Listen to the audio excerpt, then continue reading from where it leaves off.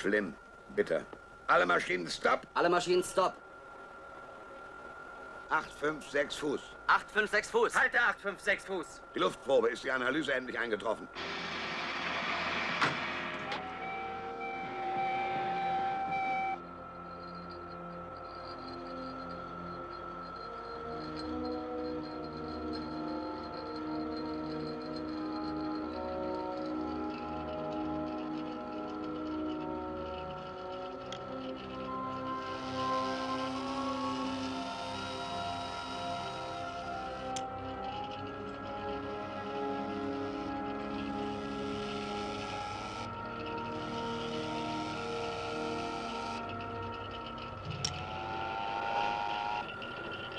Auge zum Abschuss fertig. Auge zum Abschuss fertig.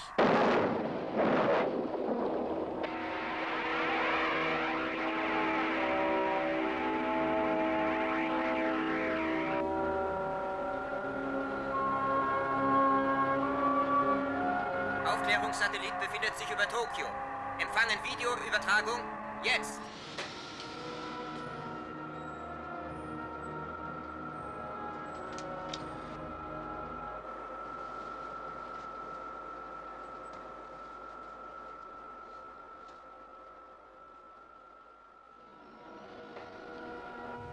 Bild hervorragend. Kaum Störungen. Erkennen totale gut. Brauchen Naheinstellung.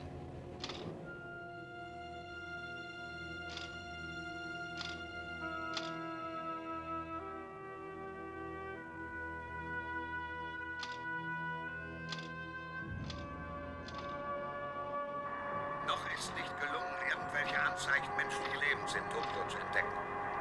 Ergebnis der Beobachtung: der Beweis, dass es in Japan doch noch Überlebende geben konnte, nicht erbracht werden.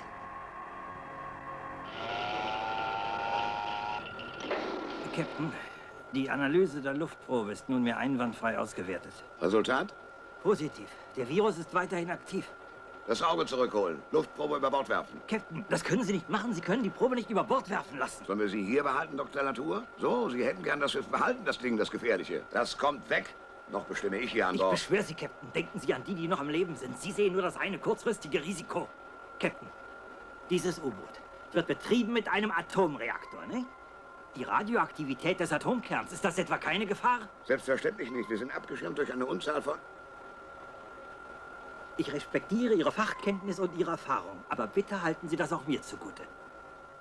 Captain, welche andere Wahl haben wir denn, als es zu versuchen? Also schön, dann von vorn. Ich wünsche, noch eine Luftprobe zu bekommen. Noch eine Luftprobe für den Captain. Noch eine Luftprobe für den Captain. Noch eine Luftprobe für den Captain. Und dann kehren wir heim.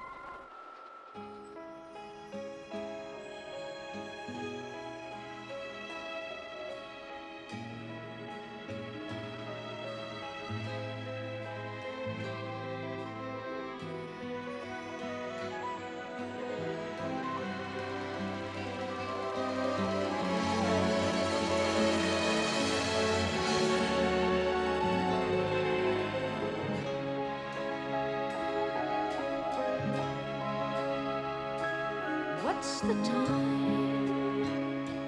Where's the place? Why the line? Where's the race? Just in time, I see your face. Toujours gai, mon cher. You are the star that greets the sun, shine across my distant sky when night is done. You'll be the moon to light my way. Toujours gai, mon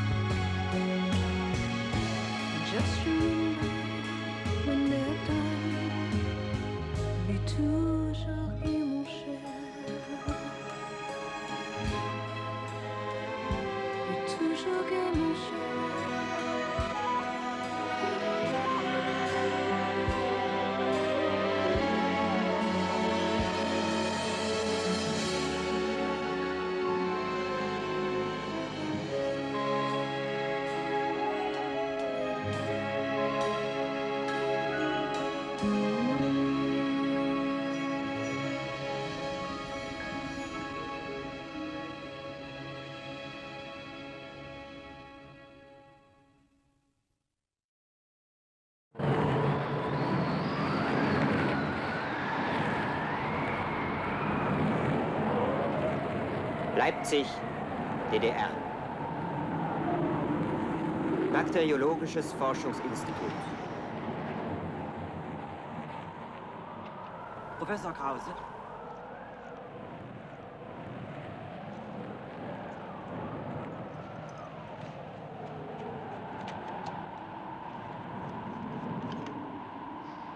Schließen Sie das Männchen. Er denkt auf Ihr Kaltwirt. Ich muss heute noch 60 Kilometer fahren.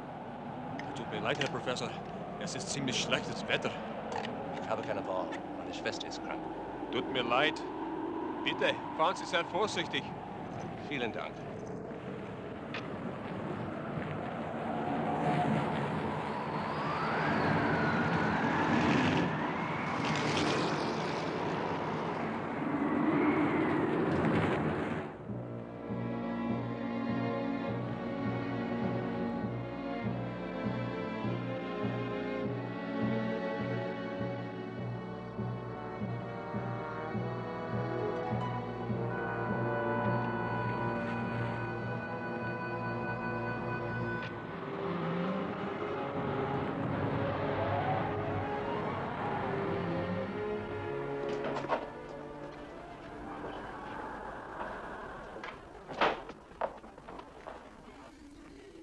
Wie schön, Sie zu sehen.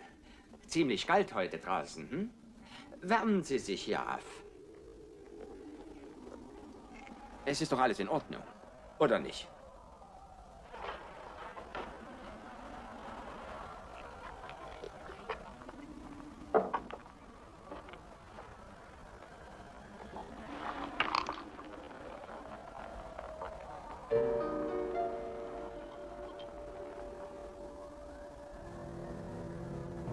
Es ist genehmigt worden. Der Inhalt ist abzuliefern bei Herrn Dr. Leisenau im Bakteriologischen Institut Zürich.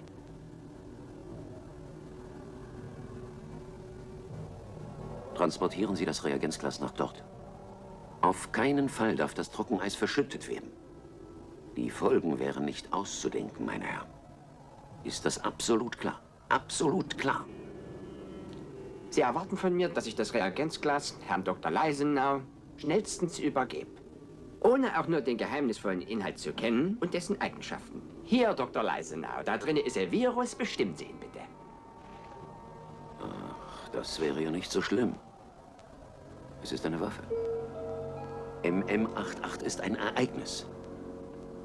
Es ist ein Frankenstein-Monster in Form eines Virus.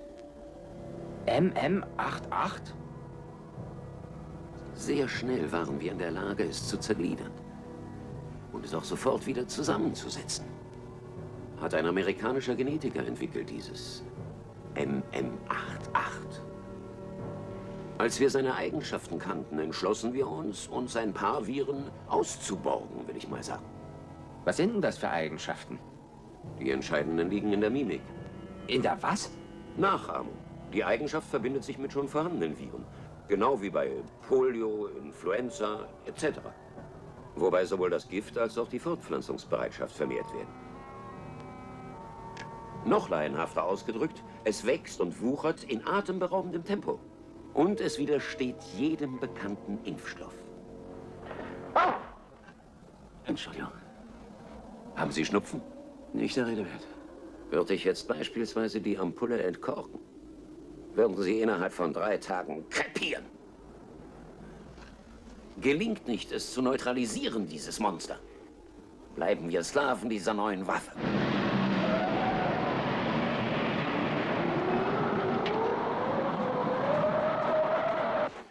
Ziemlich kalt heute draußen, hm?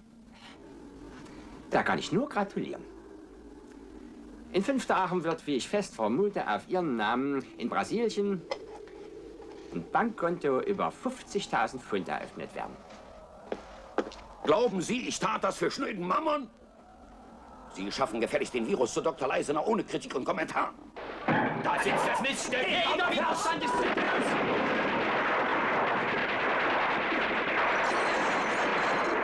Los!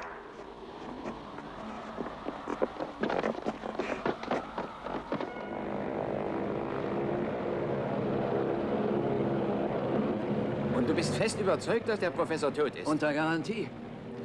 Hat den Tod verdient, das Schwein. Er wäre ganz bestimmt nicht sehr erbaut davon, dass wir den Wissenschaftler Herrn Dr. Leisenau nur erfunden haben. Ich gehe auf Sturzflug, ist hier zu stark der Sollen wir vielleicht vom Radar erfasst werden? Dicht über den Felsen bleiben! Das ist Selbstmord! Kommt über!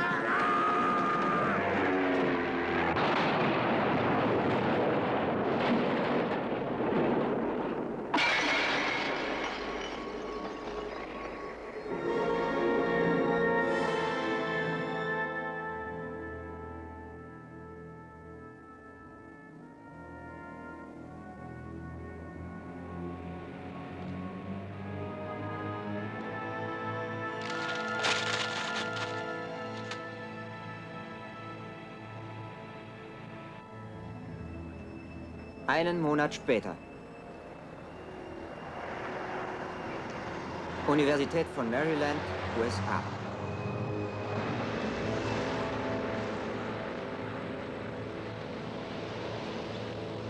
Institut für biologische Forschung.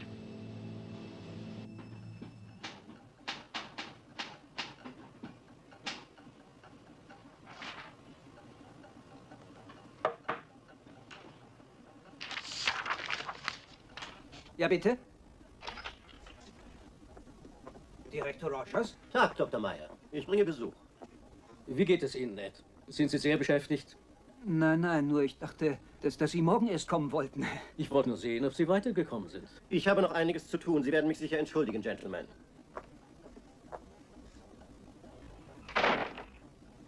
Hat er sich angefunden? Nein. Ein Wissenschaftler, ein gewisser Krause, fragte bei den Schweizern diskret nach etwas, das sich anhörte wie MM88. Ich schickte 3 zuverlässige Mitarbeiter, die Sie als Schweizer taten. Sie sind nie zurückgekommen. Dann schicken Sie 3 andere, verdammt nochmal. Wir müssen rausbekommen, wer den Virus gestohlen Mein hat. Gewährsmann ist dieser Krause gewesen. Die Ostdeutschen behaupten, er habe Selbstmord begangen. Deswegen haben wir das MM88 noch immer nicht. Wir wissen auch nicht, wo es ist.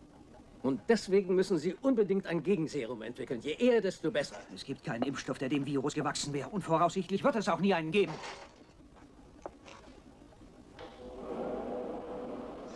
Bei extrem niedriger Temperatur verhält sich der Virus absolut passiv. Doch ab -10 Grad beginnt er aus dem Winterschlaf zu erwachen. Aber schon bei -3 Grad Celsius wird er so lebendig, dass er sich verhundertfacht.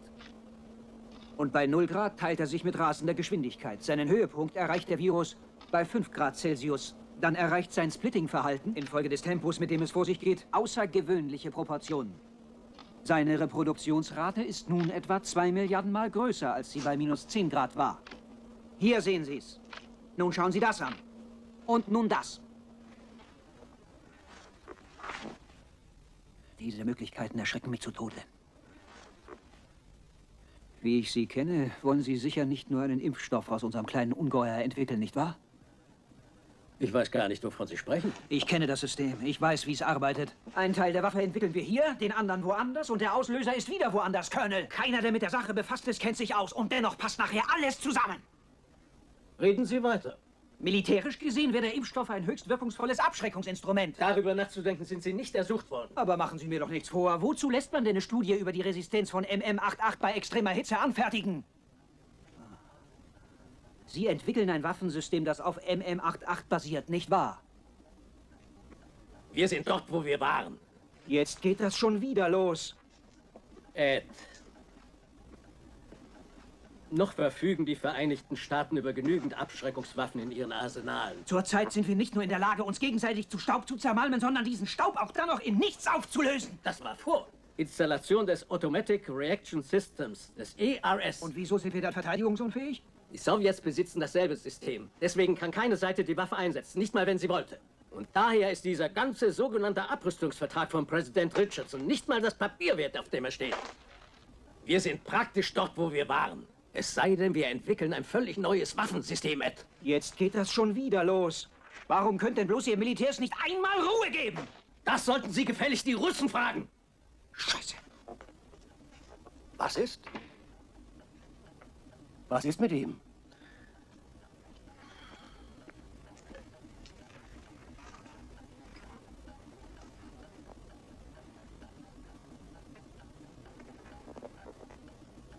Er hat sich grundlos aufgeregt. Er hat zu viel nachgedacht. Schauen Sie mal rein. Mein Gott. Der kriegt fertig und verständigt Senator Barclays Verteidigungsaufsichtskomitee. Und was machen wir jetzt, Colonel? Ich denke, wir schicken ihn heute Nachmittag zu Letterman. Der soll ihn untersuchen. Ihn sich vornehmen. Kleiner Routine-Check-up. Lass mich los! Lass mich auf der Stelle los! Ich bin nicht verrückt! Ihr habt vielleicht nicht alle Tassen im Schrank! Lass mich los! Ich will nicht in die Klapsmühle! Kosaken, UdSSR.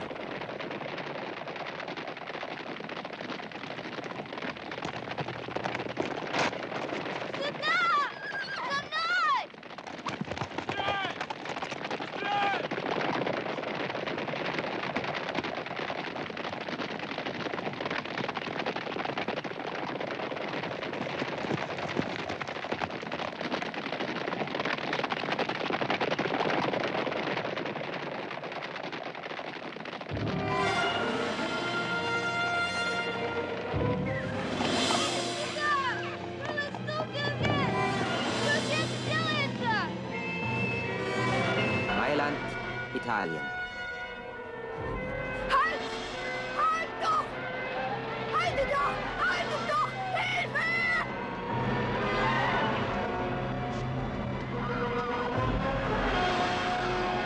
Es geht um mein Kind! Es geht um mein...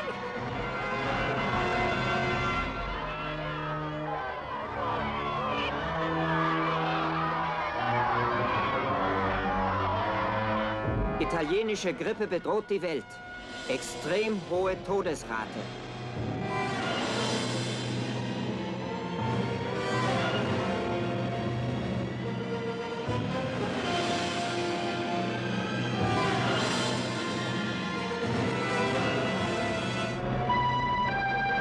Tokio, Japan.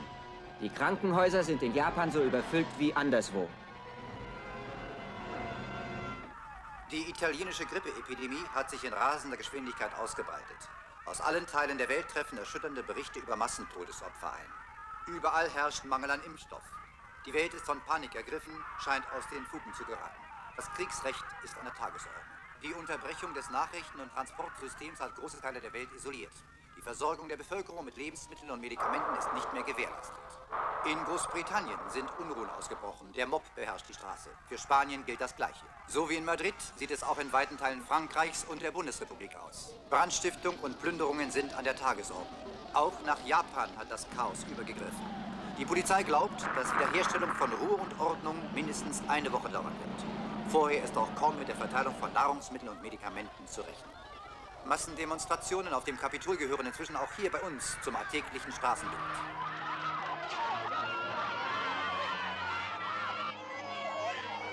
Heute Morgen meldete die Nationalgarde 57 Tote. Den Forderungen der aufgebrachten Menge nach wirksamen Abwehrstoffen und dem Wunsch, dass die Regierung endlich handeln möge, wurde nur militärisches Eingreifen entgegengesetzt.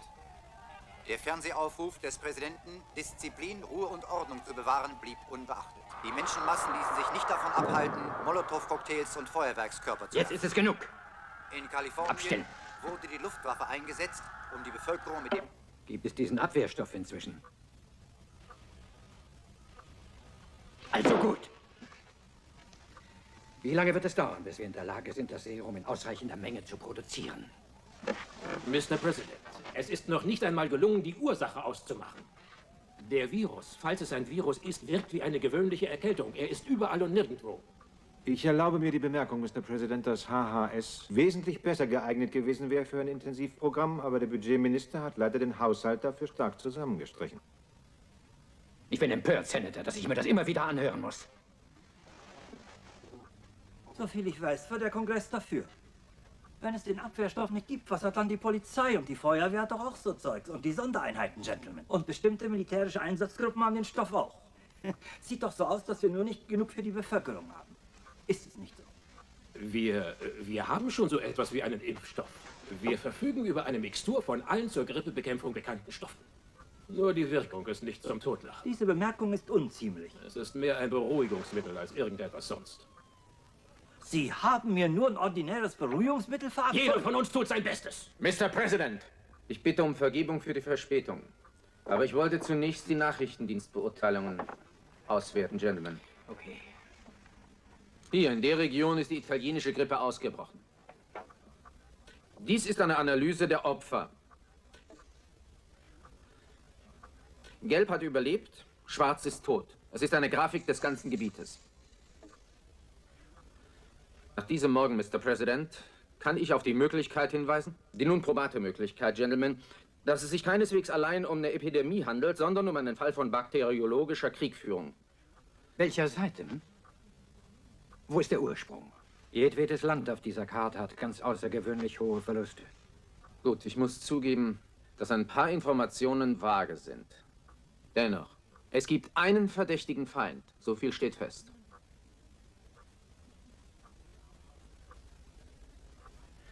Ihre Behauptungen, können Sie die irgendwie beweisen, Sir? Wir sind auf dem Weg. In der Zwischenzeit, Mr. President, ersuche ich Sie, Alarmstufe 1 auszulösen. Als Chef des Stabes. Es bleibt überhaupt keine andere Wahl. Einschließlich der Aktivierung des gesamten ERS-Systems. Ein Nuklearschlag, General? Der Kongress würde höchstwahrscheinlich mitspielen. Unser automatisches Abwehrsystem ist ausschließlich auf die Sowjetunion gerichtet und nur dorthin. Das lässt uns keinen Spielraum. Senator, wir hätten noch weniger Spielraum, wenn sowjetische Flugkörper hier ins Ziel kämen. Das Einzige, was hier reinkommen könnte, General, wären Bakterien. Ja? Moment bitte. Mr. Präsident, der Kreml. Ja, hier Präsident Richardson. Was? Ja. Ja, ich verstehe. Jawohl.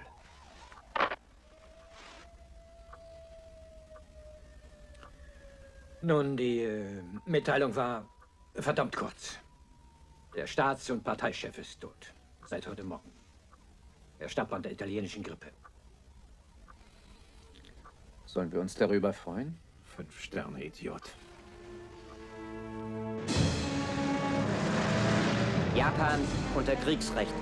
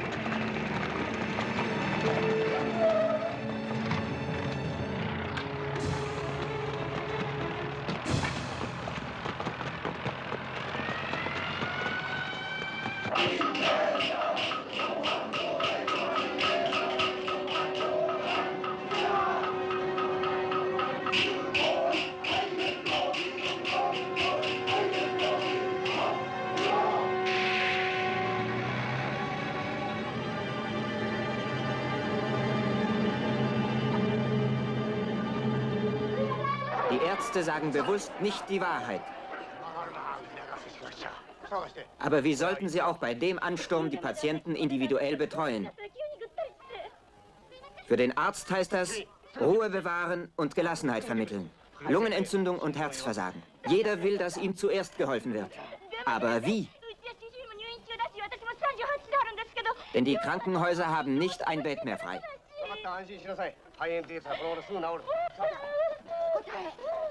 Der nächste. Doktor! Es geht schon wieder. Es ist ein Anfall. Sie muten sich zu viel zu, Doktor. Das dürfen Sie nicht. Schon gut. Der nächste soll reinkommen.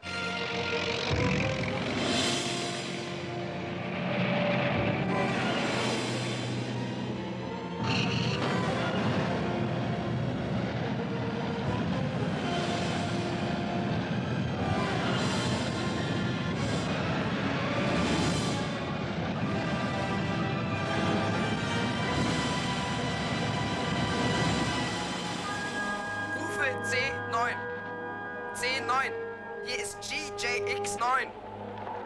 C9. Hier ist GJX. Kann mich denn keiner empfangen? Versucht Funkspruch zu entziffern. Wie ist jetzt die Lage in Japan? Antwortet mir bitte. Bitte Antwort. Hört ihr mich? Hört ihr mich? So ein Mist! Der wird noch durchdrehen. Kein Kontakt. Seit 20 Tagen. Wir müssen die Nerven behalten. Behalt du die Nerven, wenn du kannst! Wie kann das ganze japanische Volk sterben in nicht mal 3 Monaten? Ich halte das einfach nicht mehr aus! Mistbande.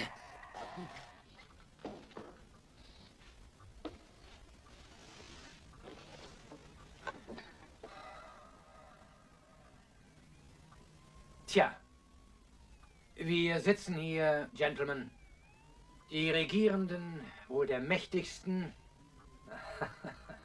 der kraftvollsten und fortschrittlichsten Nation des ganzen Erdballs.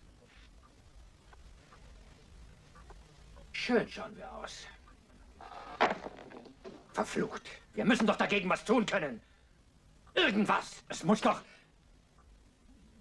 Mr. President, konnte man die Art der Seuche feststellen?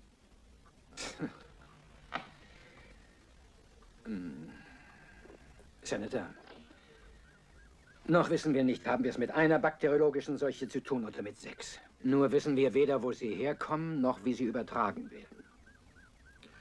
Vielleicht ist man einer falschen Spur gefolgt. Wir sind sämtlichen Spuren gefolgt. Allen 6, Senator. Erzählen Sie uns etwas über die Operation Phoenix, General Garland. Phoenix? Was ist Operation Phoenix? Vorläufig nur ein Entwurf auf dem Papier. So. Sagen wir, eine von verschiedenen Möglichkeiten, noch im Stadium der Auswertung. Mr. President, nicht mehr, nicht weniger. Ich würde meinen, sie tendiert eher zu mehr. Werden Sie deutlicher, Senator. Operation Phoenix war eine Top-Secret-Studie, nicht? Über ein neues Waffensystem. Es gibt viele derartige Studien. Das ist unser Job.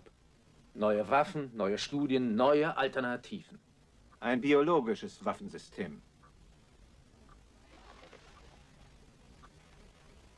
Es war eine reine Papierstudie. Es war ein aktives Forschungsprojekt betreffend die genetische Manipulation resistenter pathogener Viren. Das ist reine Theorie. Sie wurden nicht nur erforscht, sie wurden in euren Labors gezüchtet. Ja, unter absolut fachmännischer Kontrolle. Dazu stehe ich, Mr. So President. kontrolliert, dass ein Reagenzglas mit MM88 gestohlen und nie wiedergefunden wurde. Und der Präsident durfte es nicht mal erfahren. Ich möchte wissen, warum. Colonel Rankin, kommen Sie sofort ins Oval Office.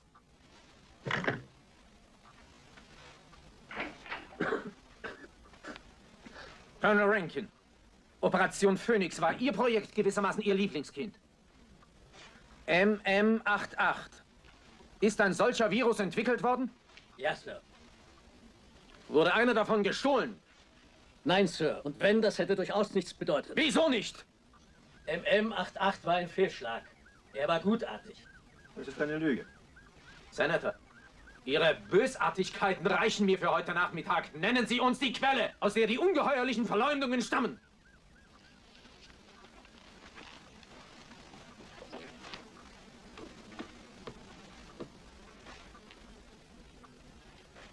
Dieser Mann ist paranoid und schizophren. Das ist festgestellt worden. Dr. Baldwins Bericht, Mr. President. Dr. Meyer ist keineswegs geisteskrank.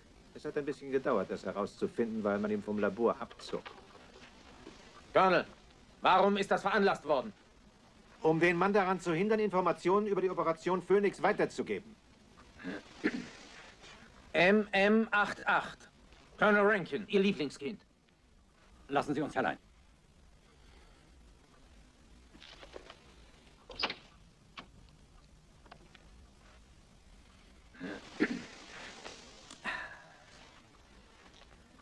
Ich möchte Folgendes wissen. Die italienische Grippe. Wurde die ausgelöst durch MM88? Davon bin ich überzeugt. Sir, ich unterstütze voll unsere letzte verzweifelte Anstrengung. Aber ich muss wegen des Ernstes der Gesamtsituation um jede militärische Vollmacht bitten. Ich dränge nachdrücklich, die Alarmstufe 1 auszulösen, einschließlich der vollen ERS-Mobilmachung. General, lassen Sie uns vorläufig allein. Mr. President! Ich sagte, Sie sollen jetzt verschwinden.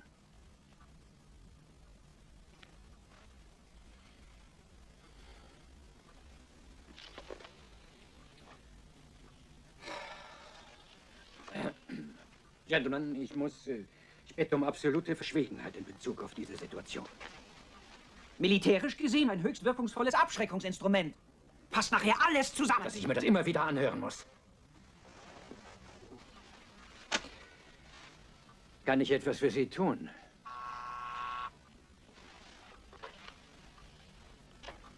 Ja?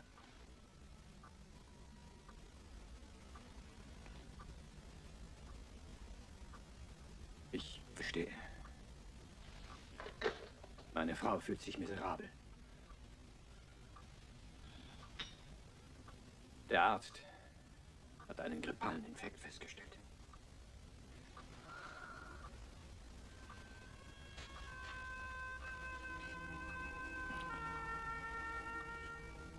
Was kann ich für Sie tun, Doktor? Was benötigen Sie?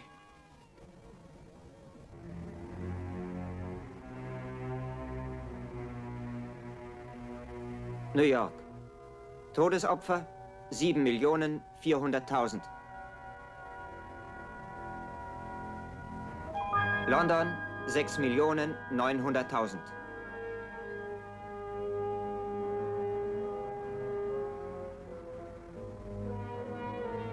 Paris 2.300.000.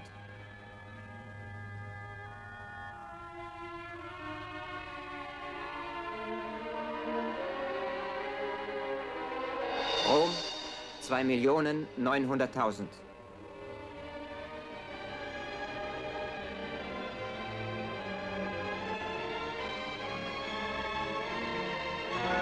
Moskau 7.800.000.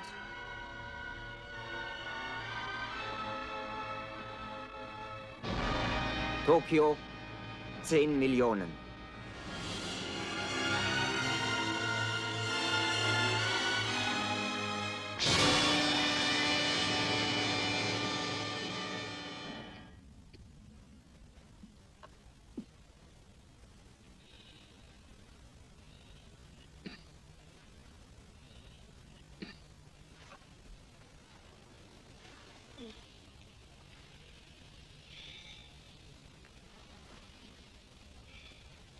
Das ist vielleicht der letzte Sonnenuntergang, den wir erleben werden.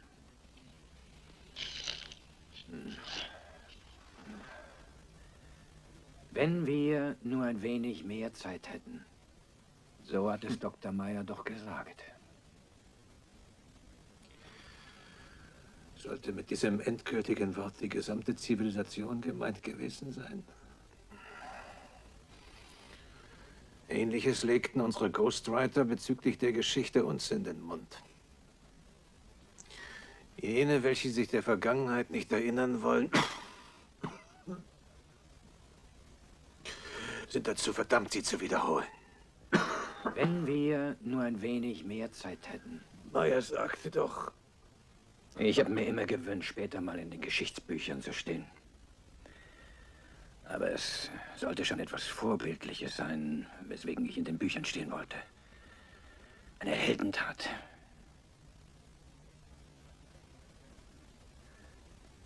Was hätte ich aber tun sollen, damit meine letzte Zeit so bewertet worden wäre? Das frage ich mich immer wieder. Was hätte ich tun können? Ich habe das Gefühl, dass es Schnee gibt. Das würde uns ein wenig mehr Zeit geben. Was meinen Sie damit? Meyer sagte doch, dass der Virus sofort Ruhe gibt. Bei starken Minus... Ich fürchte, es wird nicht schneien, Senator. Wenn eintreten soll, was Sie sagen, da müsste schon eine sehr extreme Kälte hereinbrechen.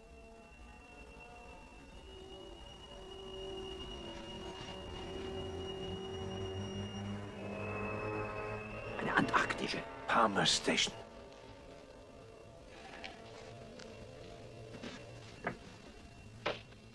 Wenn in so einer Situation sich nicht gleich jemand meldet, dann kommt einem das vor wie eine Ewigkeit. Mr. President? Geben Sie mir Palmer Station. Die Männer waren eingeschneit. Das ist eindeutig gewesen. Sie und das Forschungsteam sollten schnellstens dorthin fliegen. Da wären Sie sicher, Mr. President. Wir schaffen es schon. Gott hilft uns. Es geht nicht um uns, Mr. President. Um Sie geht's. Sie repräsentieren die Nation. Die Regierung muss intakt bleiben.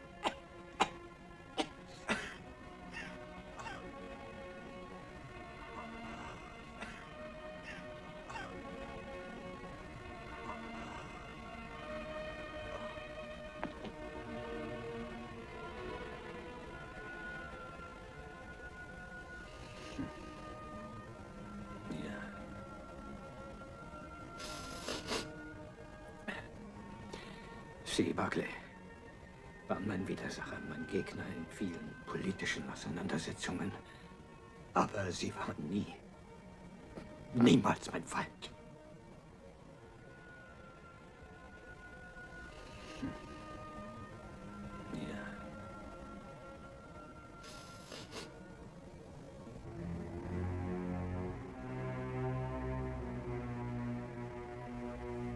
Palmer Station? Hier spricht der Präsident der Vereinigten Staaten. Hier spricht Admiral Conway, Mr. President. Ich wünschte, der gesamte amerikanische Kontinent könnte mit anhören, was ich zu sagen habe. Hat die Krankheit inzwischen auch bei Ihnen zugeschlagen?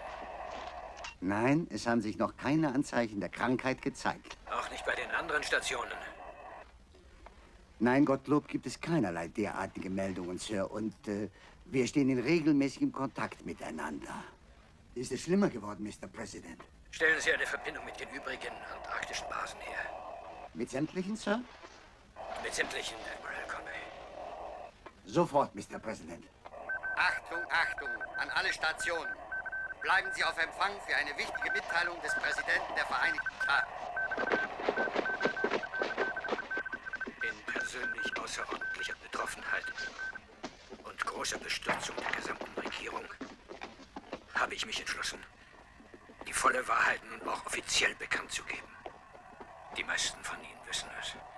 Die anderen haben es erahnt. Die Welt, die ganze Welt, wird von einer mörderischen Seuche heimgesucht.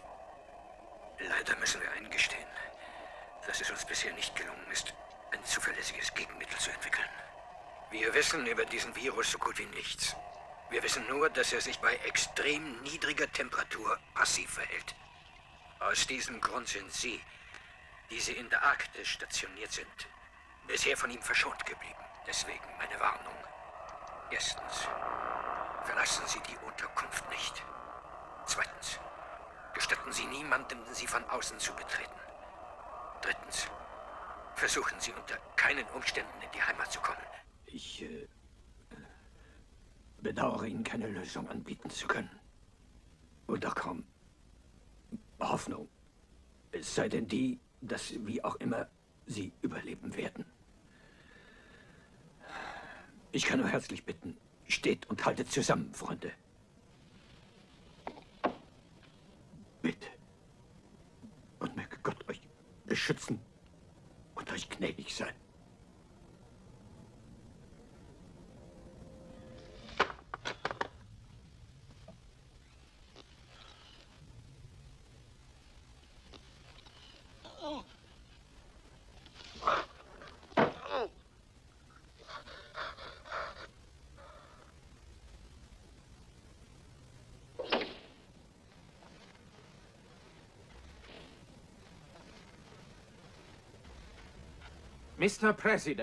Mr. President, ich ersuche in aller Form, dass Sie, Kraft der Ihnen vom Kongress übertragenen Gewalt und der Verfassung unserer Vereinigten Staaten von Amerika, die Verantwortung, in die Sie gewählt worden sind, ausüben und unser Volk verteidigen, gegen alle inneren und äußeren Feinde. Mr. President, in Ihrem Auftrag werde ich unverzüglich sämtliche Truppen zu Wasser, zu Lande und in der Luft in Alarmbereitschaft versetzen.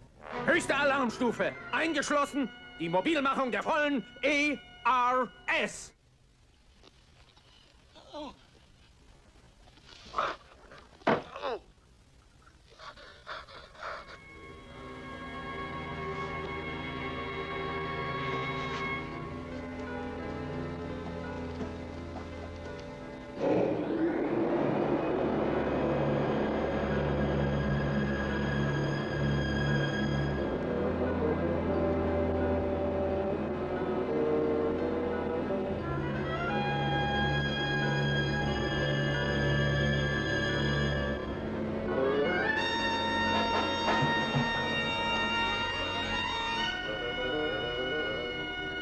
General Garland, CX-34.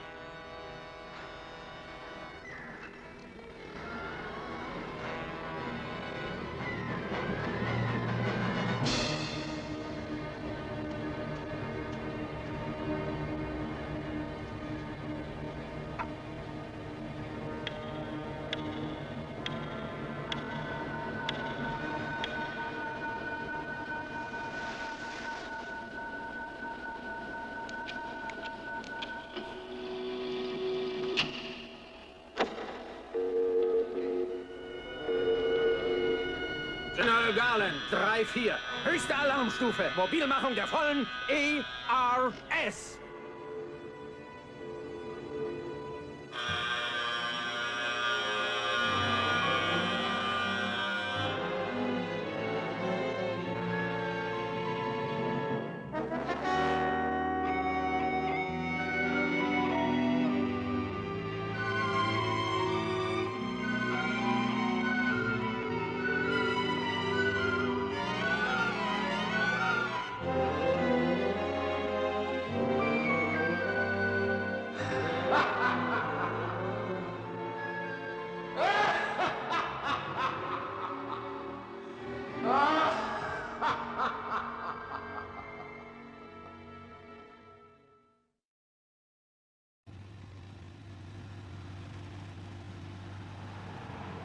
Antarktis.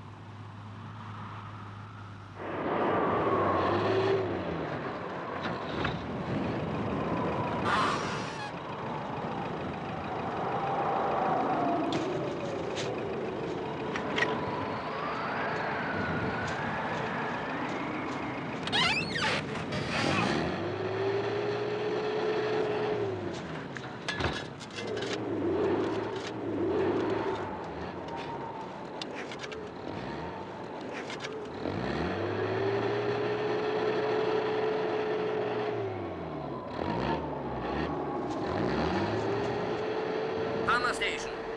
Rufen Shower Station. Over. Die von uns benannten Vertreter des Antarktischen Rates hatten Transportprobleme. Die beiden begaben sich in der Hoffnung, dort Hilfe zu bekommen, zur nächsten Station. Over. Roger, Shover. Wir sind zur Hilfe bereit. Over.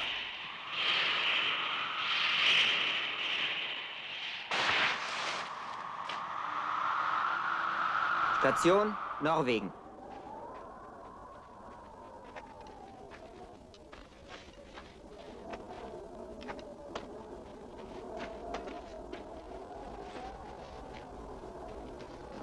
Hallo?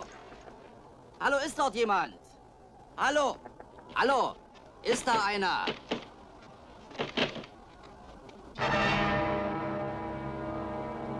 Verstehst du das? Wir müssen rein.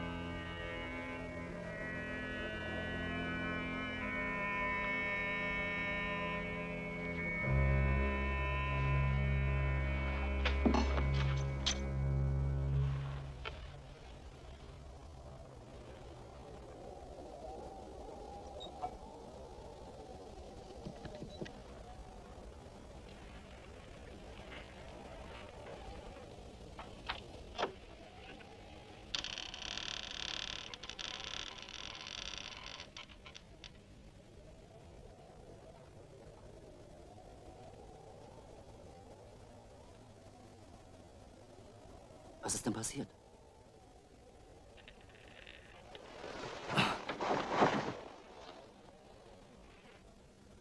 Sie ist schwanger. Wir saßen ganz ruhig hier unten. Ohne zu sprechen. Und der Radiomensch schoss sich in den Kopf. Dann rannten alle wie wild durcheinander.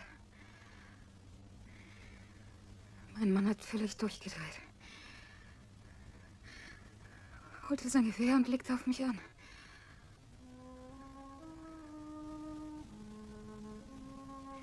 Ich lief um mein Leben. Und er rannte immer hinter mir her. Ich konnte noch eben die Tür schließen und verriegeln. Er hat dagegen gehämmert. Dann knallte einer den Ärmsten ab.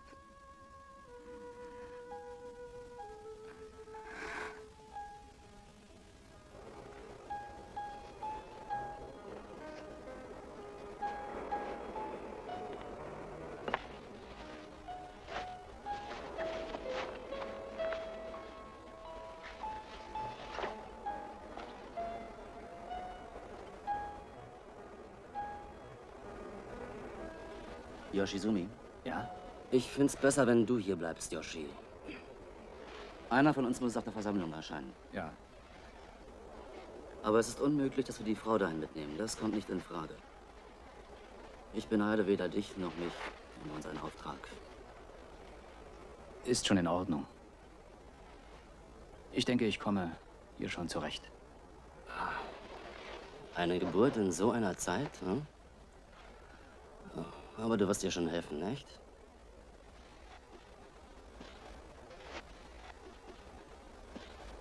Ich vermute, Gentlemen, wir sind die Einzigen. Das letzte Aufgebot sozusagen, das übrig geblieben ist. 855 Männer und 8 Frauen. Wir verfügen über Vorräte, die bei normalem Verbrauch 2 Jahre reichen dürften. Aber, Freunde, wir müssen gemeinsam durchhalten. Wir müssen, jeder Einzelne an seinen Platz, dafür sorgen, indem wir alle unsere Fähigkeiten einsetzen, um zu überleben. Wir müssen diesem Virus Paroli bieten. Ich habe Sie hergebeten, damit wir einen Plan aufstellen, wie wir das am effektivsten zu Wege bringen. Wir sind doch hier nicht völlig isoliert. Sehe ich das richtig, Admiral? Ich denke an die Zeit, wenn es taut. Ich verstehe die Frage nicht, Dr. Turovic. Sie haben einen Eisbrecher, der das Gebiet noch nicht verlassen konnte. Jedenfalls nicht vor dem Frost. Er lag den Winter über hier und wir könnten, wie ich meine, zurückfahren, wenn wir es durchaus wollten. Zu welchem Zweck, bitte, wenn ich fragen darf, Doktor? Nun, aus welchem Grund sollten wir hierbleiben, Admiral? Es könnte doch sein, dass einige zurück wollen, um dann das Beste draus zu machen. Anstatt den Rest ihres Lebens hier zu verbringen, abgeschnitten von der Außenwelt. Dr. Nakanashi? Ja? Dankeschön. Ich bitte eine Sekunde um Aufmerksamkeit. Ich habe soeben die Nachricht meines norwegischen Kollegen erhalten, dass die Überlebende dort ein gesundes Mädchen zur Welt gebracht hat, Gentlemen. Also, ich möchte in der Zeit nicht geboren werden, Kollegen. Nein, ich auch nicht, Doktor. Doch es hängt ein wenig von uns ab, nicht?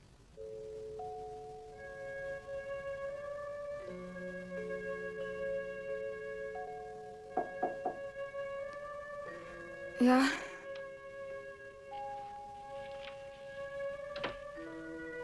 Hier ist eine Nachricht für Sie. Für mich? Von wem? Vom Vorsitzenden des Bundesrates der Antarktis. Davon habe ich noch nie gehört. Davon hat keiner je irgendetwas gehört bis heute. Wir sind in der Antarktis. Wir müssen eine Regierung haben. Und Regierungen regieren bekanntlich. Ihre erste Amtshandlung war eine Proklamation. Sie bedeutet, dass Gree willkommen ist auf dieser neuen Welt. Und dass der Bundesrat ihr viel, viel Glück wünscht. Ihr viel Glück wünscht. Ach, noch eins. Sie hätten gern gewusst, oder besser hätten gern fungiert, als eine Art, nennen wir es, Gemeinschaftspate. Ist doch nett von diesem Rat.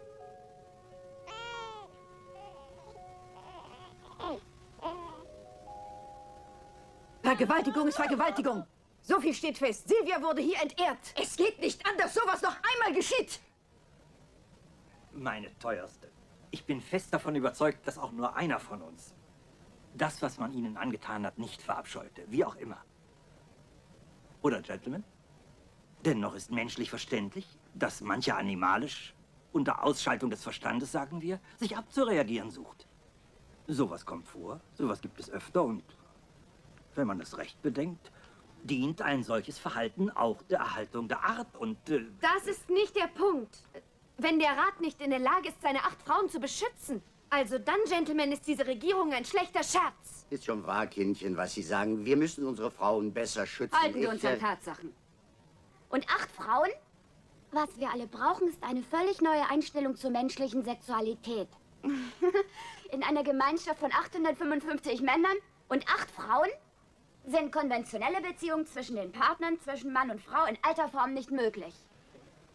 Zugegeben, kann man so sehen. Aber ich sehe genau wie Dr. Latour, dass die Überlebensinstinkte eine nicht unwesentliche Rolle spielt. Denken wir jetzt schon an Brüderchen und Schwesterchen für die kleine Grit. Sehr richtig.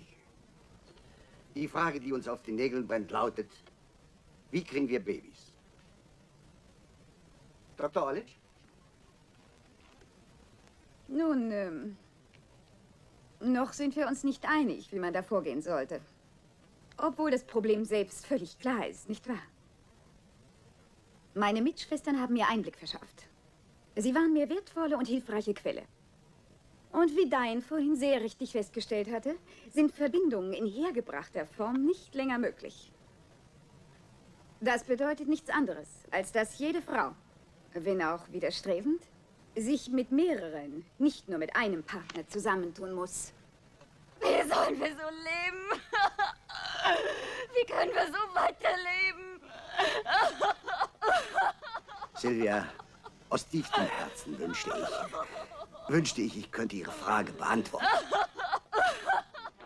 Admiral, Verzeihung, Sir. Wir haben gerade ein U-Boot-Notsignal empfangen. Sind auf dem Weg hierher und bitten um Erlaubnis, an Land gehen zu dürfen. In Palmer Station? Nein, Sir, in Soviet Station. Wir haben das Signal aufgefangen. Es handelt sich um UT-232. Sie erbitten dringend Hilfe, Sir. Sind in Seenot. Völlig unmöglich, dass Sie hier landen.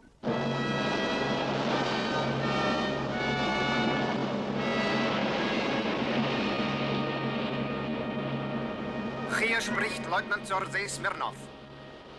Diensthabender Kommandant von sowjetischer U-Boot T-232. Leutnant Smirnov, hier spricht Admiral Conway, Vorsitzender des Bundesrates der Antarktis. Wir haben gehört, dass Sie in Seenot sind. Haben Sie Verwundete? Nein, keine Verwundete, Admiral. Wir haben Kranke. Meine Männer, die brauchen Proviant und Medikamenten. Welche Art ist die Erkrankung?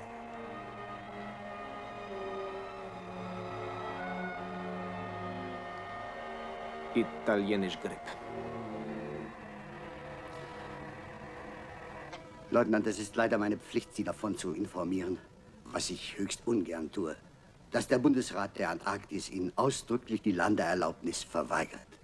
War das Ihre Ernst, Admiral? Leutnant Smirnov, hier ist Dr. Borodinov, Kommandant von sowjetischer antarktischer Winterteam. Leutnant Smirnov bittet eindringlich um Landeerlaubnis. Smirnov, es ist völlig unmöglich, dass Sie hier landen. Ihr würdet uns infizieren, Leutnant. Das müssen Sie verstehen. Dr. Borodinov! Meine Männer, Herr Doktor, müssen an Land, begreifen Sie nicht. Wir halten nicht mehr aus. Wir brauchen Hilfe von Doktor. Hören Sie mich. Hören Sie. Können Sie mich hören? Wir müssen an Land. Kommt überhaupt nicht in Frage.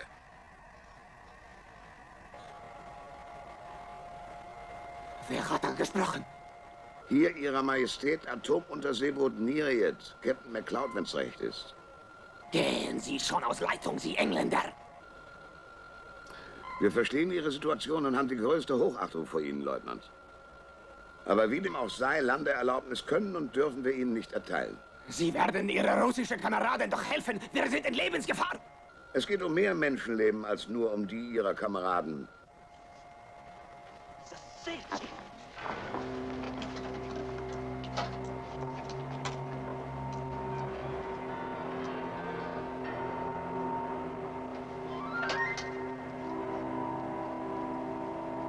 Много айсбергов.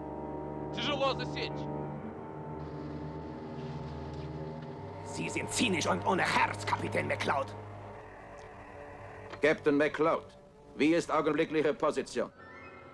Ich bitte mir, die Antwort auf diese Frage zu erlassen. Dann, Captain. Tun Sie, was Sie tun müssen. Hab ich's da! Feuer!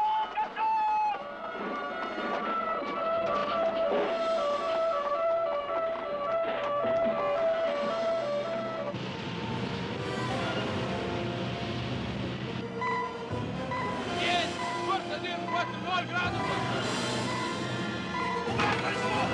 Погружение! Погружение!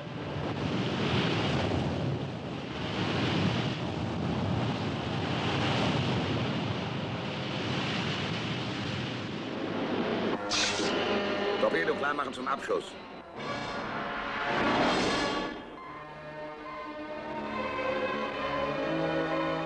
Zielentfernung 6000 Yards. Zielentfernung 6000 Yards. Fertig. Feuer!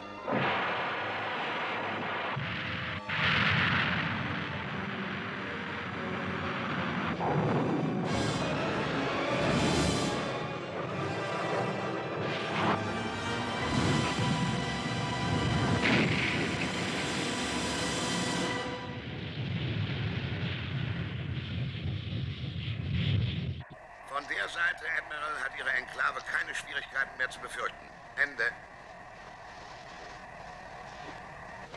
Captain McCloud, wir alle in der Enklave schulden Ihnen Dank. Was haben Sie vor? Wir segeln einfach so weiter. Captain McCloud, Admiral? seit wann sind Sie mit Ihrem Boot im Einsatz? Seit Februar. Also seit der Winter zurückgekehrt ist. Captain, ich bitte die Frage jetzt sehr sorgfältig zu beantworten. Sind Sie oder ist einer Ihrer Männer angesteckt worden? Die Frage kann ich klar mit Nein beantworten.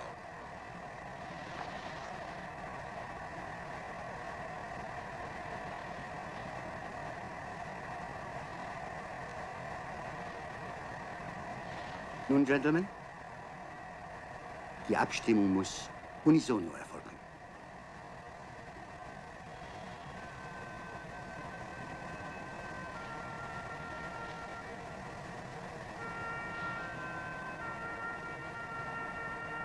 Captain McCloud, hätten Sie gern, dass wir Sie hier aufnehmen?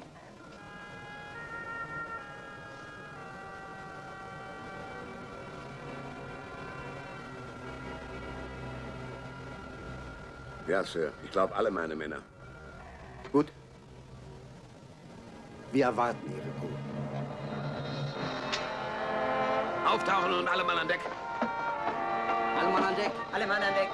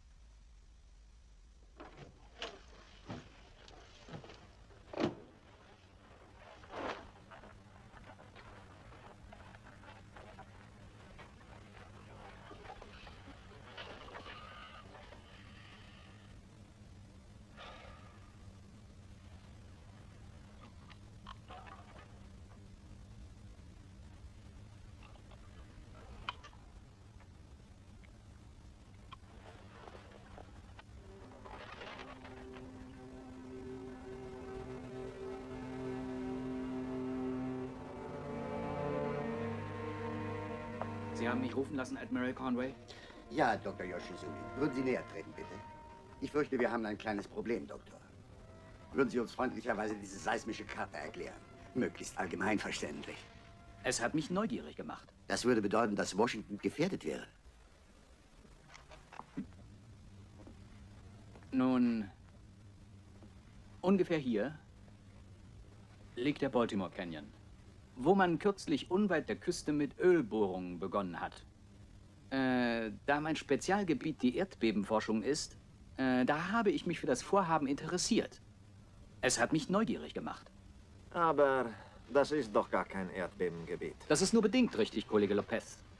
Dennoch war ich in gewisser Weise besorgt, was sich ereignen könnte, wenn das Öl, das man glaubte entdeckt zu haben, in dieser Region da gefördert würde. Das immense Gewicht des Meeres presste das Öl nach unten. Und dadurch ergebe sich zwangsläufig eine tektonische Schwungmasse gewaltigen Ausmaßes. Wie groß könnte das Ausmaß eines solchen Erdbebens sein, wenn es doch dazu käme? Zwischen 8,6 und 9 auf der Richterskala. Sie würden also das Zentrum hier sehen? Ja, innerhalb eines 100-Meilen-Radius von diesem Punkt an. Das würde bedeuten, dass Washington D.C. ernsthaft gefährdet wäre? Ja. Doktor, darf ich Folgendes fragen? Wäre die Erschütterung so groß wie bei einer Atomexplosion? Nun, die enorme vertikale Bewegung dieser Erschütterung wirkt ungefähr wie die Schockwelle, sagen wir, einer Atomexplosion. Ja. Ich muss allerdings betonen, Admiral, dass dieses Erdbeben sich an der Ostküste der USA ereignen würde, ohne Einwirkung auf die Antarktis. Und wann hätten wir dieses Erdbeben zu erwarten? Etwa in einem Monat.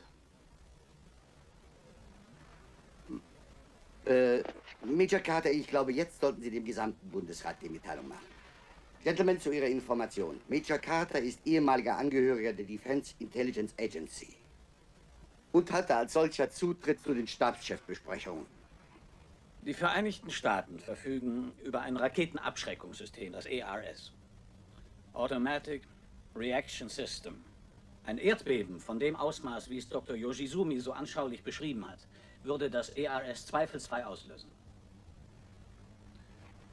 Die amerikanischen Streitkräfte waren in besonderer Weise verbunden mit denen Großbritanniens.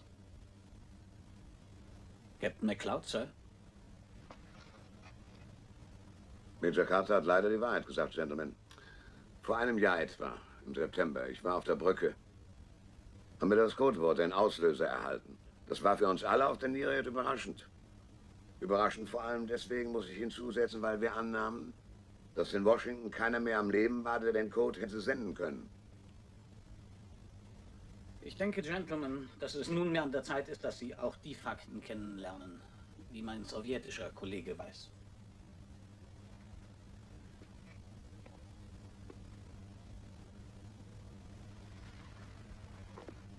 Captain Jewski? Die erste Rakete, meine Herren, die auf russischem Boden einschlägt, die würde unsere gesamte Vergeltungsmaschinerie auslösen. Unser System ist vor einem Jahr erst getestet worden. Aber das ist nicht alles, was ich weiß. Spannen Sie uns nicht auf Folter. Unser Abschirmdienst war der Meinung, dass die Vereinigten Staaten von Amerika die Errichtung einer Geheimbasis hier auf Palmer Station planten. Ich befürchte, dass auch Palmer Station ein Ziel ist. Was? Ein Irrsinn! Glatter Wahnsinn! Die Vereinigten Staaten haben eben absolut kein Privileg auf Idioten. Aber das ist doch nicht möglich! Es gibt nur eins, was wir tun können. Senden Sie irgendjemanden nach Washington, der das verdammte Ding entschärft. Mich interessierte, Gentlemen, was ist jetzt mit dem Virus? Falls Sie mit dem Erdbeben recht haben sollten, welche Wahl oder Chance haben wir?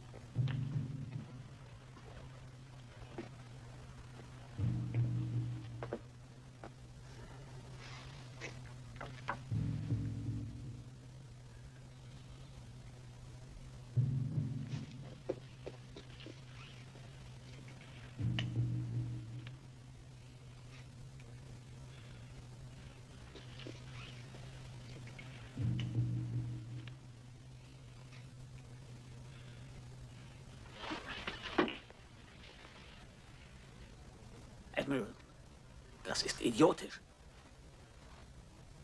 Ja, das ist idiotisch, stimmt!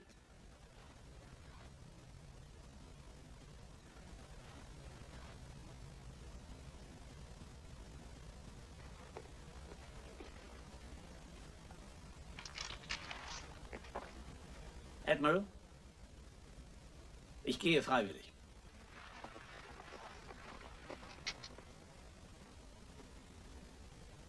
Entschuldigung.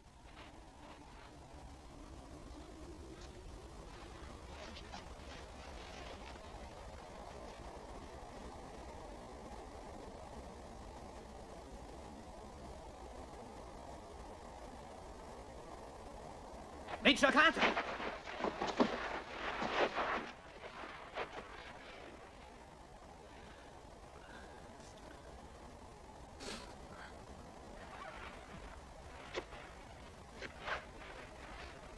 Ist nicht drin, kommt nicht in Frage. Sie können das nicht alleine tun. Entschlösse ich mich, jemanden mitzunehmen, was ich nicht mache, dann bestimmt kaum Sie. Und wieso nicht? Sind Sie schon mal mit Sprengstoff umgegangen? Ja, sehr häufig sogar, Captain. Denken Sie nur an seismische Experimente. Ah, schön. Wenn Sie schon mal hantiert haben mit Sprengstoff, wären Sie nur ein Handicap. Nein. Ich will Ihnen gewiss nicht zu nahe treten. Sie sind physisch nicht in der Lage zu diesem Job. Machen Sie sich nichts draus.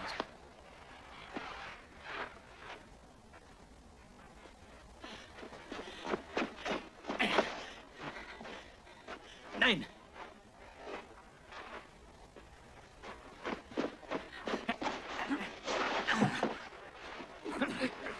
Sie werden ganz schnell und ganz brav wieder zurückmarschieren. Stehen Sie auf!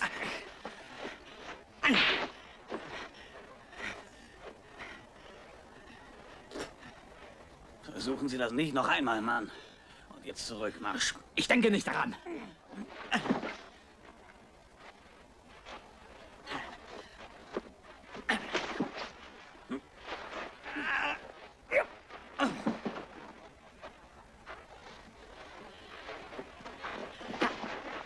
Au, verdammt!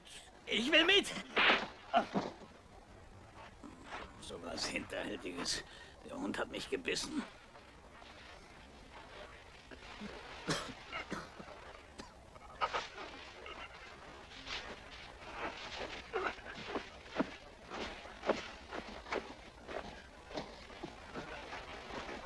Herrgott!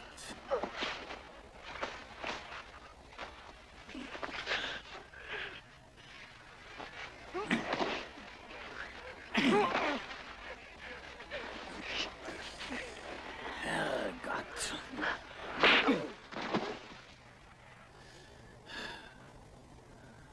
Das Leben ist wundervoll. Hey, Yoshizumi! Wie nennt ihr das? Das Leben ist wundervoll. Ich meine auf Japanisch.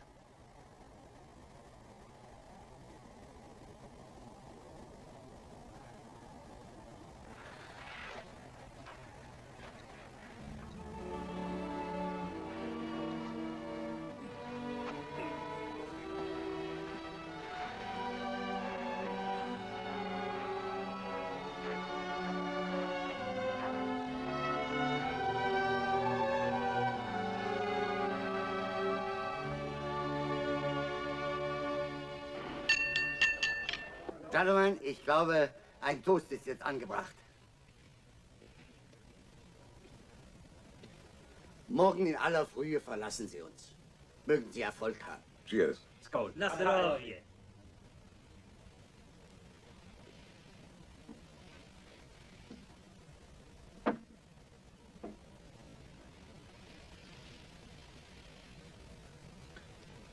Die letzten Tage sind vergangen wie im Flug. Ach, wenn man die Uhren doch nur zurückstellen könnte. Wie viele Tage dauert es wohl bis nach Washington? Etwa 10 Tage, schätze ich. Die Frauen und Kinder werden gleich morgen ganz früh von der Stammcrew auf einem Eisbrecher außer Gefahr gebracht werden. Sollte das Schlimmste wirklich passieren, dann müssen Sie aus der Gefahrenzone sein.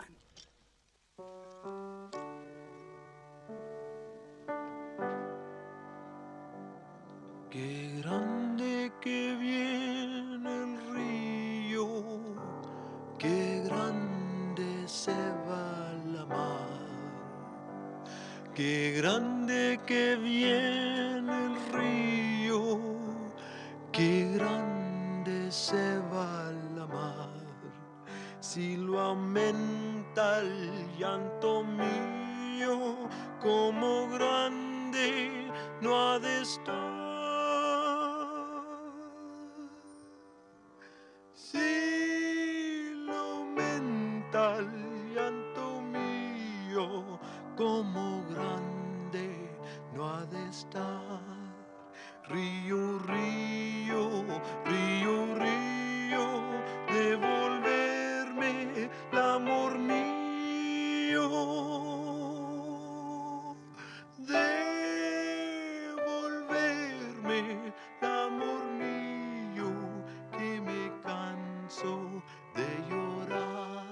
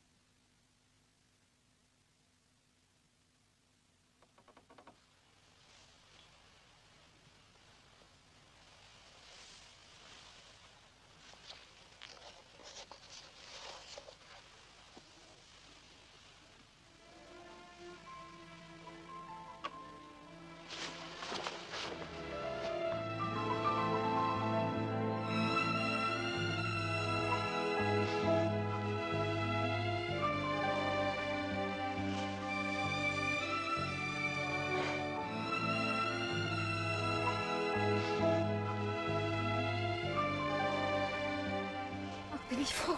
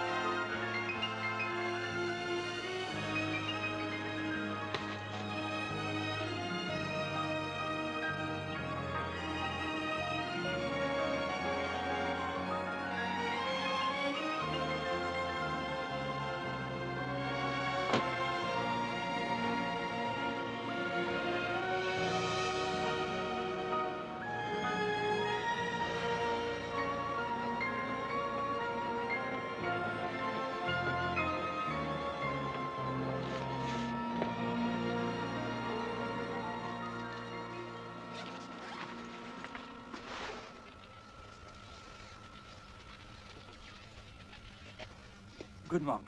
Nanu, Kollege Latour. Ich bitte für diesen so zeitigen Überfall um Vergebung. Aber ohne erst groß in irgendwelche Details einzusteigen.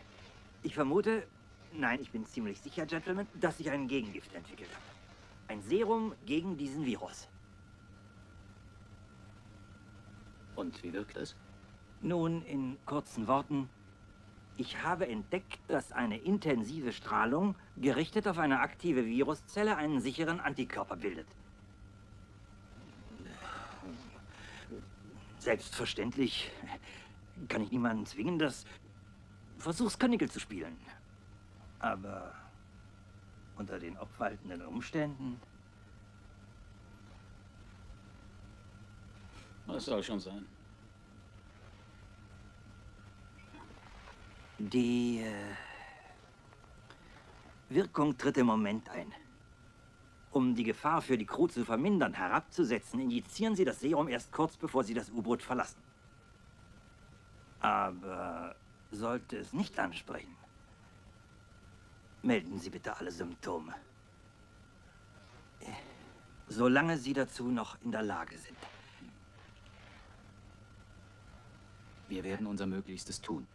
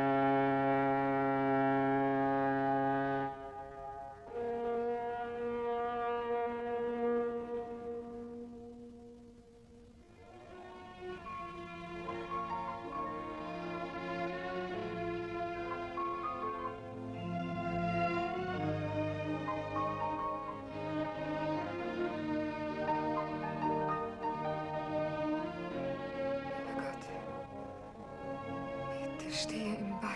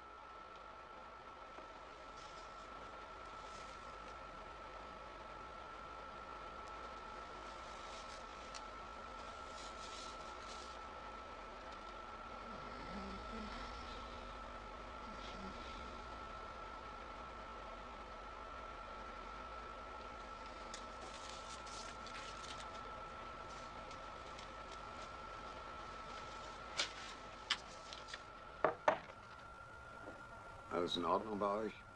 Alles okay, danke. Ihr scheint ja ungeheuer viel zu schlafen. Ich schlafe auch bedeutend mehr als sonst, Captain. Wir haben gerade gestern darüber gesprochen, dass wir noch nie so blendend geschlafen haben. Jedenfalls kann ich mich nicht daran erinnern. Tja, das ist so. Guten Morgen, Captain. Wann sind wir etwa in Washington? Nun, da können Sie noch 5 Tage schlafen. Mindestens. So weit ist es noch? Ist doch noch innerhalb der Zeit, Doktor, oder? Schon, aber ein Erdbeben ereignet sich durchaus nicht immer planmäßig. Leider.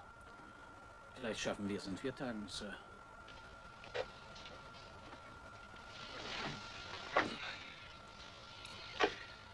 Haben Sie noch mehr solche Überraschungen auf Lager? Mann.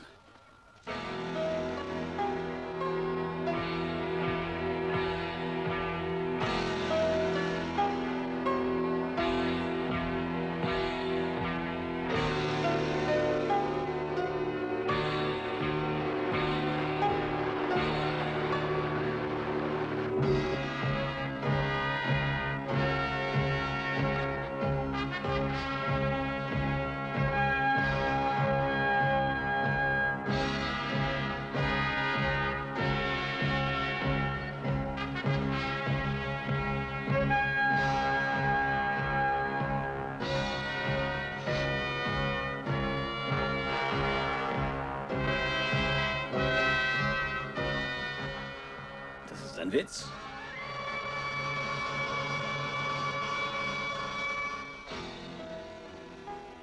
Washington, D.C., gentlemen.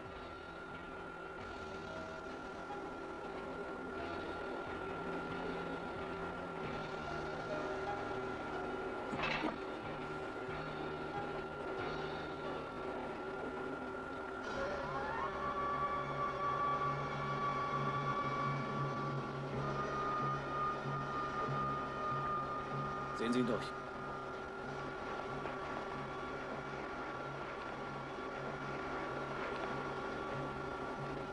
Major Carter, alles, was Sie benötigen, ist im Rettungsfluss, Sir. Machen Sie sich nichts draus. Okay, dann packen wir es. Viel Glück. Danke. Haben Sie ein paar Flaschen Bier für uns, Sir? Echtes? Aus Amerika? Scheißegal, Hauptsache, dass es schäumt.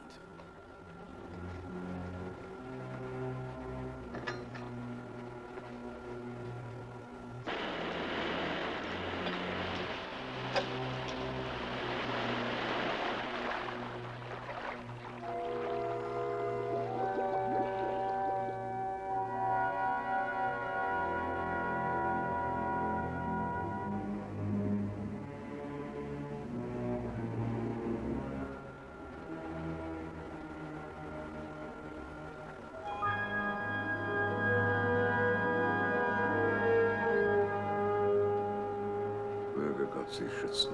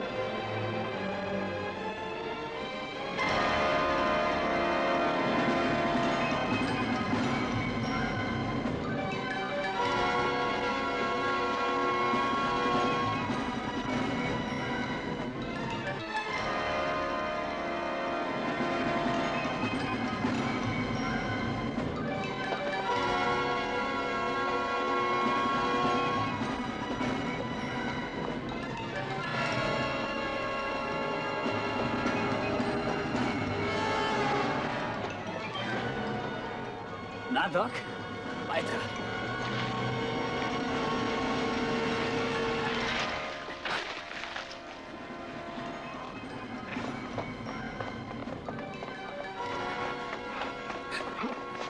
Moment. Verflucht, ist das etwa schon das Erdbeben? Nein, ich denke nicht. Ihr Wort in Gottes Ohr. Augenblick. Und das.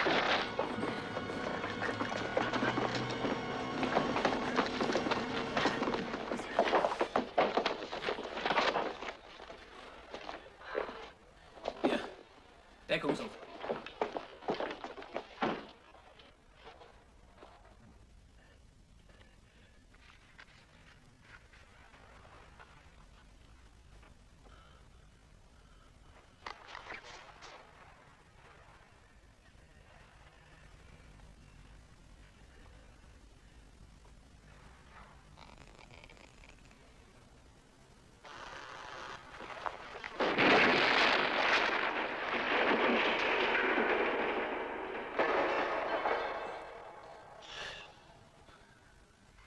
Sind Sie schwindelfrei? Habe ich noch nicht ausprobiert. Ah, können Sie da runterklettern? Das muss ich, weil wir sonst in Zeitnot kommen. Na gut. Toi, toi, toi.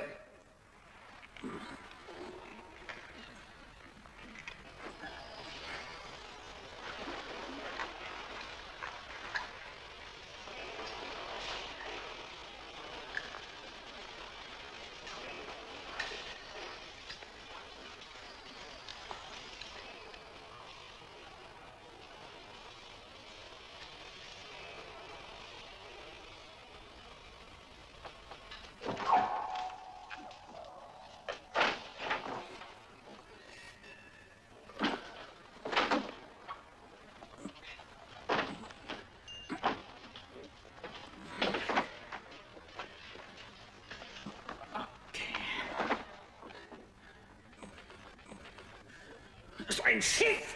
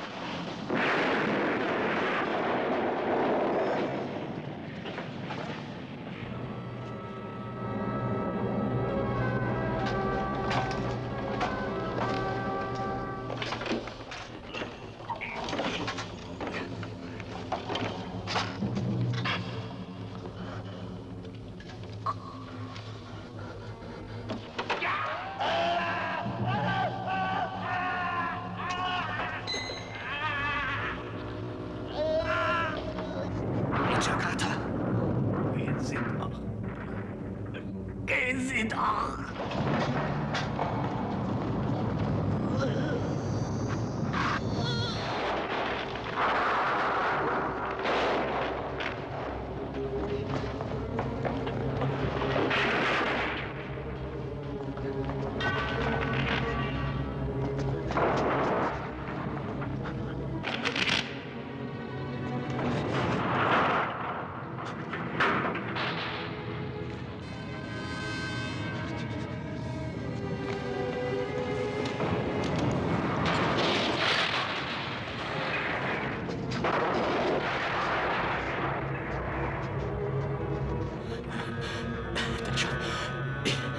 Ich muss... Verdammt. Wo? Hier. Oh mein Gott.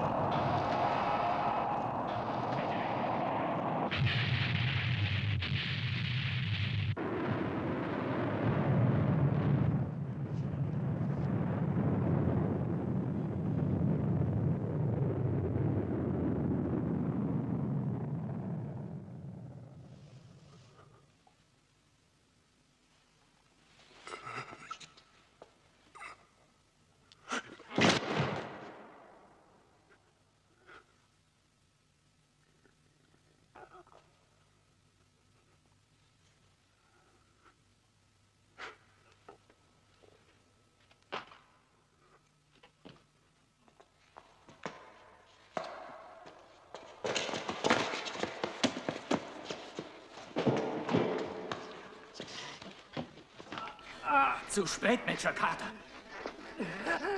Major Carter, es ist alles aus!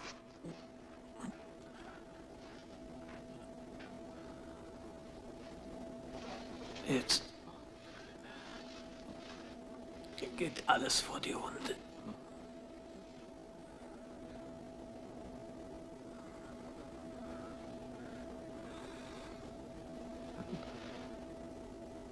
Es hat sich nicht gelohnt.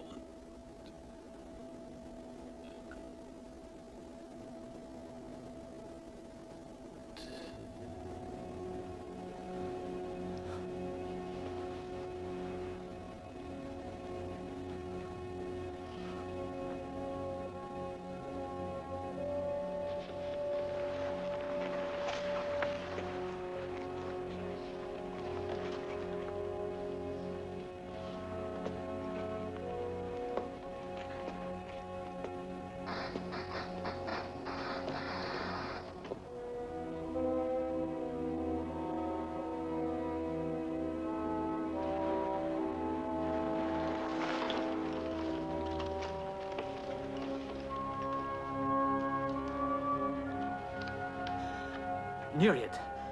Over U-Boot Nereid. Dr. Yoshizumi spricht hier. Over. Hier Nereid, Captain McCloud. Over. Captain, wir kamen leider zu spät. Versucht euch in Sicherheit zu bringen, wenn ihr könnt. Warnen Sie auch Palmer Station, Captain, so schnell Sie können. Es ist alles gescheitert. Carter ist tot. Wir haben alles versucht. Wir haben es alle versucht, Yoshizumi. Alle haben wir es versucht. Ich muss Ihnen schnell noch etwas sagen. Erzählen Sie Dr. Latour, sein Impfstoff scheint tatsächlich zu wirken. Das heißt, wenn er jetzt noch von Nutzen sein kann. Etwas, das den Menschen hilft, ist immer von Nutzen. Bleiben Sie, wo Sie sind. Im Kommandobunker könnten Sie überleben. Dort schütze Sie.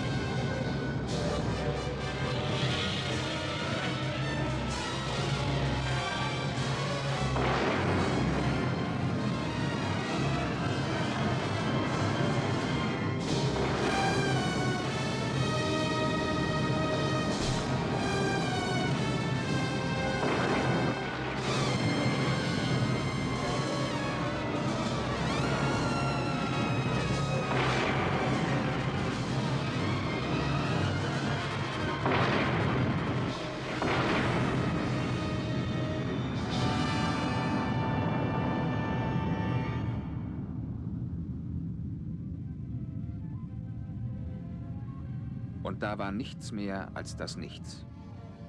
Der blaue Planet erstarrte im Eis. Und nur sein Glitzern im Universum blieb von aller Pracht und allem Hochmut.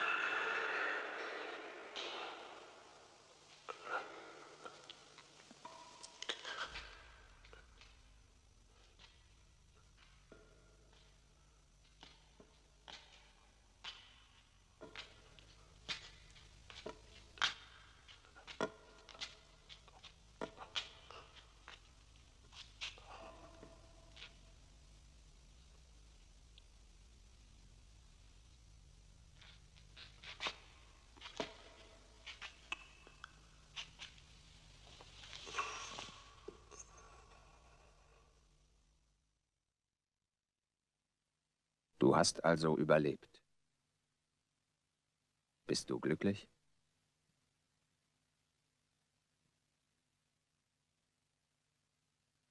Warum antwortest du nicht? Du bist undankbar.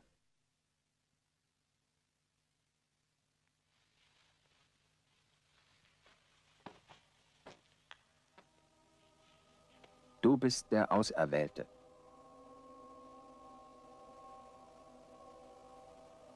Der Einzige, den die Gnade Gottes behütet hat. Sieh dich doch um. Alle sind tot. Gestorben in ihren Sünden. Aber du tust so, als ob das alles nichts sei. Ich sagte es schon, du bist undankbar. Geh in deine Welt und erkenne die Unerforschbarkeit der Beschlüsse des Herrn.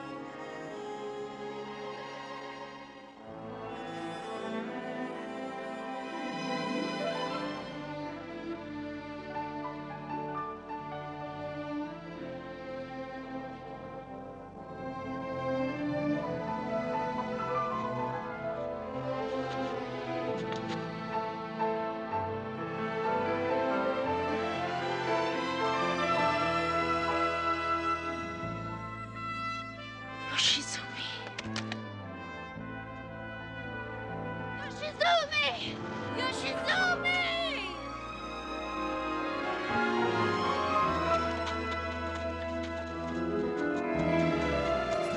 Das gibt's doch nicht! Welches sind die Toten zurückgekehrt?